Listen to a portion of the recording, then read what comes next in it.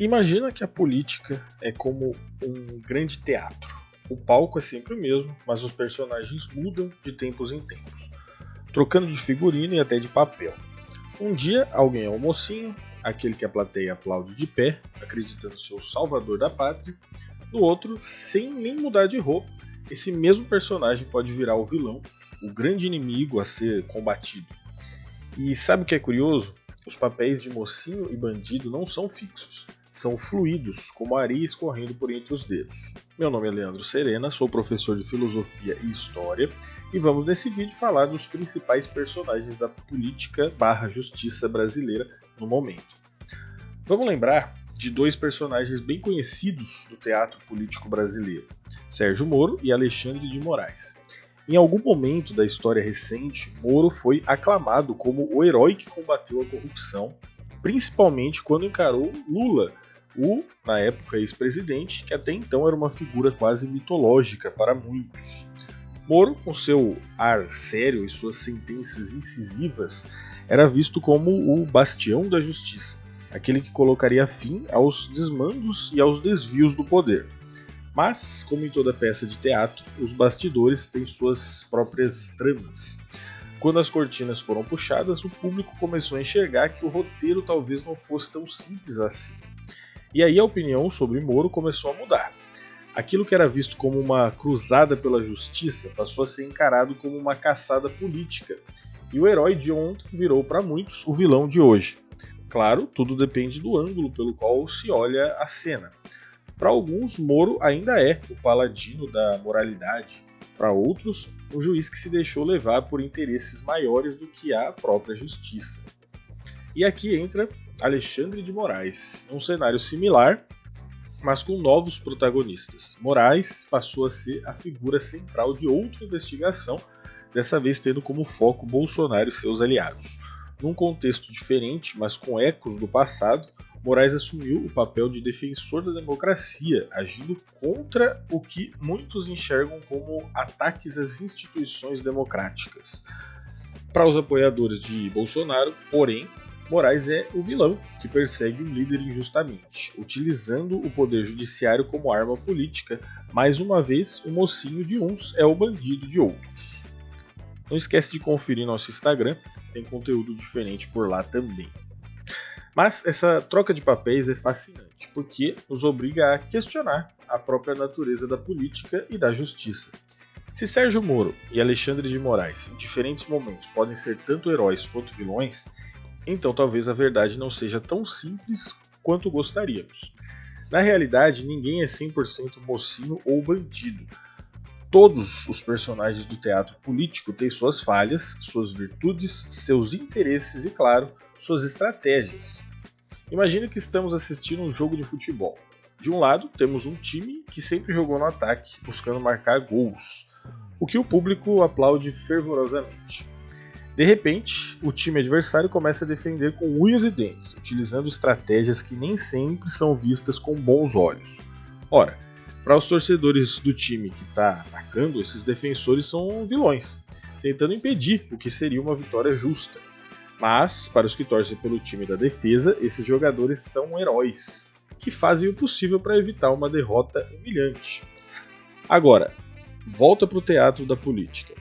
Quando Sérgio Moro investigava Lula, estava no ataque e muitos torciam para que ele marcasse o gol decisivo contra a corrupção.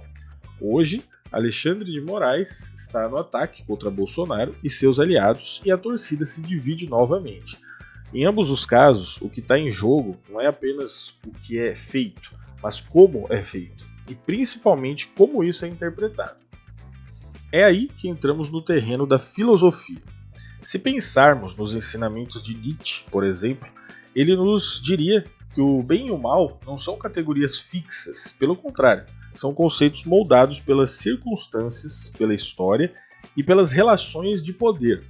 Nietzsche falava do além do bem e do mal, uma ideia que nos provoca a ultrapassar esses rótulos simplistas e entender que a moralidade é muito mais complexa do que gostaríamos de acreditar. Só um recado agora, você tem alguma dificuldade na escola, na faculdade, no estudo para um concurso ou na vida? Na descrição desse vídeo, você pode ver como funcionam nossas aulas particulares online e personalizadas para sua necessidade. Mas Nietzsche provavelmente olharia para Moro e para Moraes e diria: vocês estão presos a conceitos que vocês mesmos criaram, mas que mudam com o tempo e com o lugar. Se Moro foi o herói que combateu a corrupção, ele pode ser visto como alguém que, ao agir, interferiu no jogo democrático. E se Moraes agora é visto como o guardião da democracia, ele também corre o risco de ser lembrado como alguém que extrapolou os limites de sua função. Eu fiz um vídeo sobre Moro há um tempo, do qual eu me arrependo, já que defendia mais do que ele merecia. Mas eu deixo lá para ver como a reflexão filosófica ajuda todos nós a abrirmos os olhos. Vou deixar um card desse vídeo se vocês quiserem conferir. Lembra daquele filme em que o herói, em sua busca por justiça, acaba se tornando aquilo que jurou combater? Isso não é apenas um clichê de Hollywood, é uma reflexão profunda sobre a natureza humana. Todos nós temos dentro de nós a capacidade de sermos mocinhos e bandidos, dependendo das circunstâncias. No teatro da política, isso é amplificado, pois o que está em jogo não é apenas a vida de uma pessoa, mas de uma nação inteira. Quando pensamos em Moro e Lula ou em Moraes e Bolsonaro, não estamos apenas observando indivíduos, estamos vendo reflexos de uma sociedade que projeta nesses personagens seus medos, suas esperanças e, claro, suas contradições. Cada ação deles é interpretada de 1000 maneiras diferentes, porque cada espectador desse teatro tem sua própria visão de mundo, seus próprios valores e principalmente seus próprios interesses. E é aqui que vem a parte divertida. A política, no fundo, é um grande jogo de espelhos. Quando olhamos para Sérgio Moro, podemos ver um reflexo da sociedade que ansiava por justiça a qualquer custo, mesmo que isso significasse cruzar algumas linhas éticas. Quando olhamos para Alexandre de Moraes, vemos o reflexo de uma sociedade que teme a instabilidade e busca na lei o escudo contra o caos. Mas esses espelhos são distorcidos, como aqueles de parques de diversões. O que parece ser uma figura clara e definida é, na verdade, uma imagem cheia de contornos imprecisos e sombras. Imagine que você está preparando um grande prato para um banquete. Sérgio Moro foi o chefe que decidiu colocar ingredientes fortes na panela, como pimenta e alho, para dar aquele sabor marcante. Muitos adoraram o prato, mas outros acharam que ele exagerou no tempero e que isso estragou o sabor original dos ingredientes. Agora temos Alexandre de Moraes na cozinha, tentando equilibrar os sabores, colocando um pouco de açúcar para cortar a acidez. Alguns dizem que ele está salvando o prato, outros acham que ele está adoçando demais e que isso vai tirar a autenticidade do banquete. No final das contas, o que estamos vendo é uma constante reinterpretação do que é justo, do que é ético, do que é necessário. O que Moro fez, o que Moraes está fazendo, tudo isso será analisado, discutido e, eventualmente, julgado pela história. Mas a história também é uma senhora caprichosa que muda de ideia conforme os ventos do tempo sopram. Hoje, o que é visto como uma atitude heróica pode amanhã ser lembrado como um erro trágico. E o que nós, espectadores desse teatro, podemos aprender com tudo isso? Ter o senso crítico afiado, para não sermos palhaços na mão do jogo político/judiciário brasileiro. Talvez a lição mais importante seja que não existe uma verdade única e definitiva na política. Cada ato, cada decisão, é como uma peça de um grande quebra-cabeça que só faz sentido quando visto de longe, e mesmo assim, as peças podem ser rearranjadas mudando o desenho final. Então, ao invés de buscar por heróis e vilões absolutos, talvez devêssemos aceitar que a política é feita de pessoas, e pessoas são complexas, imperfeitas e muitas vezes contraditórias. Como diria Nietzsche, talvez o caminho seja ir além dessas categorias simplistas e entender que o bem e o mal, o justo e o injusto, o mocinho e o bandido, são faces de uma mesma moeda, girando constantemente, sem nunca parar. E enquanto essa moeda gira, o teatro continua, as cortinas se abrem, os personagens entram em cena e nós, na plateia, observamos, discutimos e de vez em quando até nos deixamos levar pela emoção do momento.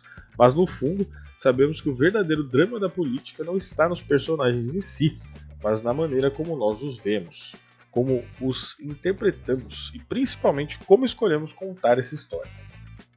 Porque, no fim das contas, somos todos, ao mesmo tempo, atores e espectadores nesse grande teatro chamado política. E o papel de mocinho ou bandido? Esse é uma escolha que muda a cada ato. Comente esse vídeo para que a gente possa discutir sobre o assunto, curta e compartilhe se você gostou, se inscreva no canal e ative as notificações. E se você quer aulas particulares para melhorar sua nota na escola ou faculdade, ir bem em um concurso ou aprender algo novo, veja como na descrição desse vídeo. Acesse nossas redes sociais pelos links também na descrição. Muito obrigado a todos e a todas e até o próximo vídeo.